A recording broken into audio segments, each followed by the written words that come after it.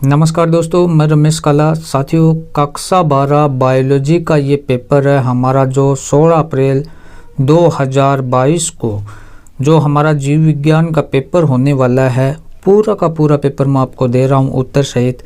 ध्यान से इसको देख लेना, इससे बाहर एक भी प्रश्न नहीं आएगा। आप देख लेना, सारे छोटे बड़े सारे क्वेश्चन उत्तर सहित मैं करवा रहा हूँ।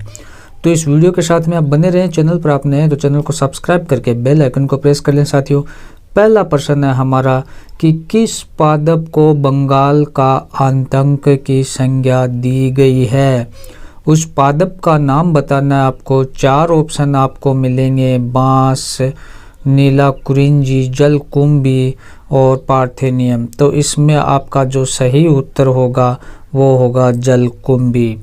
नेक्स्ट है कि पर्ण द्वारा कायिक जनन का उदाहरण है। तो वैसे आपके पास 4 ऑप्शन, लेकिन सही उत्तर हमारा ए हो जाएगा, ब्रायोफिलम।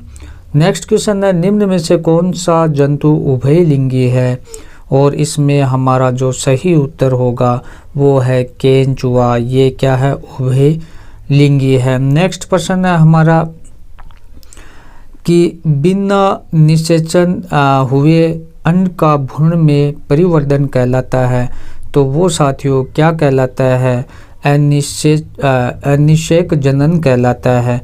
क्या कहलाता है, अनिषेक जनन कहलाता है। सही ऑप्शन हमारा बी हो जाएगा। फिर जैमुअल के निर्माण द्वारा अलैंगिक जनन होता है। तो इसका सही उत्तर होगा स्पंज में। ये आपका बी ऑप्शन आपका सही हो जाएगा। नेक्स्ट है, निषेचन के उपरांत बनता है। तो क्या बनता है, युग्मजन बनता है साथियों। ए ऑप्शन आपका सही है।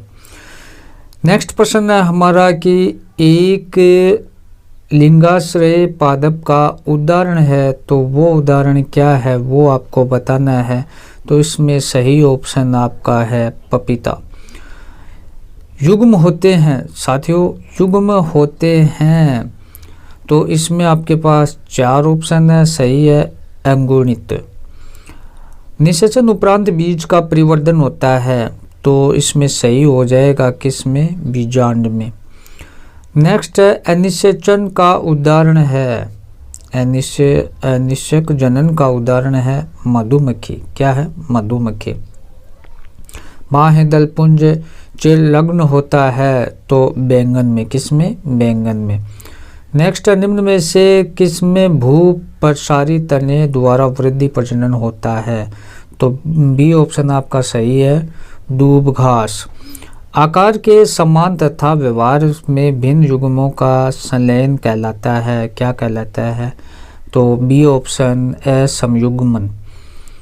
उसके बाद हमारा रिक्त स्थान वाला प्रश्न पूछा जाएगा आपके 16 अप्रैल 2022 को कि जीव के जन्म से उसकी प्राकृतिक मृत्यु तक की अवधि को जीव का क्या कहलाता है। क्या कहते हैं उसे, जीव का जीवन काल उसे कहते हैं। कोए का जीवन काल होता है तो 15 वर्ष, कोए का जीवन काल 15 वर्ष होता है। तोता वर्ष तक जीवित रहता है। तो तोता 140 वर्ष तक जीवित रहता है। कब तक, 140 वर्ष तक।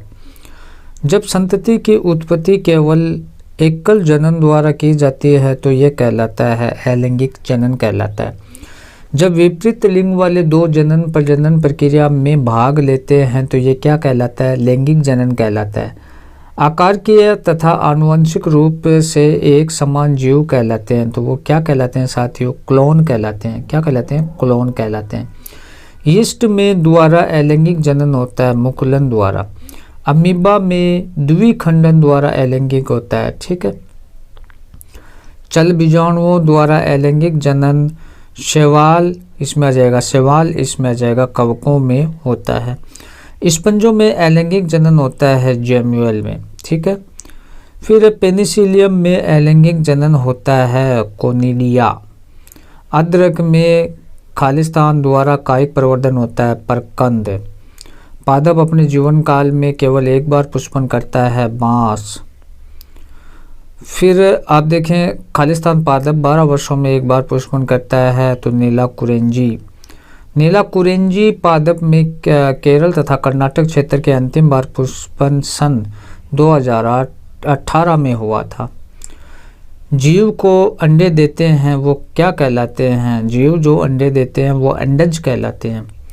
प्राइमेट स्तनियों में जनन प्रावस्था में अंडाशय की सक्रियता में होने वाले चक्रिक परिवर्तन क्या कहलाते हैं? ऋतुस्राव चक्र कहलाते हैं। नेक्स्ट प्रश्न हमारा, पादप द्वारा प्राणियों के जीवन की विभिन्न प्रावस्थाओं के बीच संक्रमण के लिए उत्तरदायी है क्या? हार्मोन। युग्म जब आकार के रूप में स्पष्ट भिन्न हो तो उन्हें क्या कहते हैं? विषम युग्मकी। अर्धसूत्री विभाजन क्या होता है? न्यूनकारी। परागकण का वर्तिकाग्र तक पहुंचना क्या कहलाता है? परागण कहलाता है। निषेचन की क्रिया जब मादा के शरीर के अंदर होती है तो ये क्या कहलाता है? आंतरिक निषेचन कहलाता है। फिर दीर्घ उत्तरीय प्रश्न आपको मैं इसमें बताता हूँ कि अलैंगिक जनन किसे कहते हैं? अलैंगिक जनन की मुकुलन एवं द्विखंडन विधि को समझें। इसके बाद मैं छोटे प्रश्न और करवाऊंगा इसी में, आपको ध्यान से इसको देखें। ये बड़े प्रश्न आप स्क्रीनशॉट ले लें इसके, ठीक है। फिर मैं आपको छोटे क्वेश्चन और करवा देता हूँ। इस वीडियो को आप देखो, आप थोड़े से, हाँ पहले ये प्रश्न देखें, इसके स्टार लगा लीजिए। जनन किसे कहते हैं? लैंगिक एवं जनन में अंतर लिखिए। तो जीव द्वारा अपने समान संतति उत्पन्न करना जनन कहलाता है। ये दो प्रकार का होता है, अलैंगिक तथा लैंगिक जनन। लैंगिक जनन अलैंगिक जनन में अंतर इस प्रकार से आपको लिखना है, ठीक है। तो एक तरफ लिखेंगे अलैंगिक जनन, एक तरफ लिखेंगे लैंगिक जनन।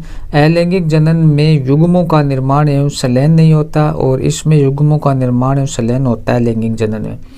अलैंगिक जनन की बात करें तो हम इस जनन में एक जनक भाग लेता है और इसमें प्राय दो जनक भाग लेते हैं। कुछ द्विलिंगी जीवों के दोनों प्रकार के युग्मों का निर्माण एक जनक द्वारा किया जाता है। ये केवल समसूत्री विभाजन द्वारा होता है। इसमें अर्धसूत्री एवं समसूत्री दोनों प्रकार के विभाजन होते हैं।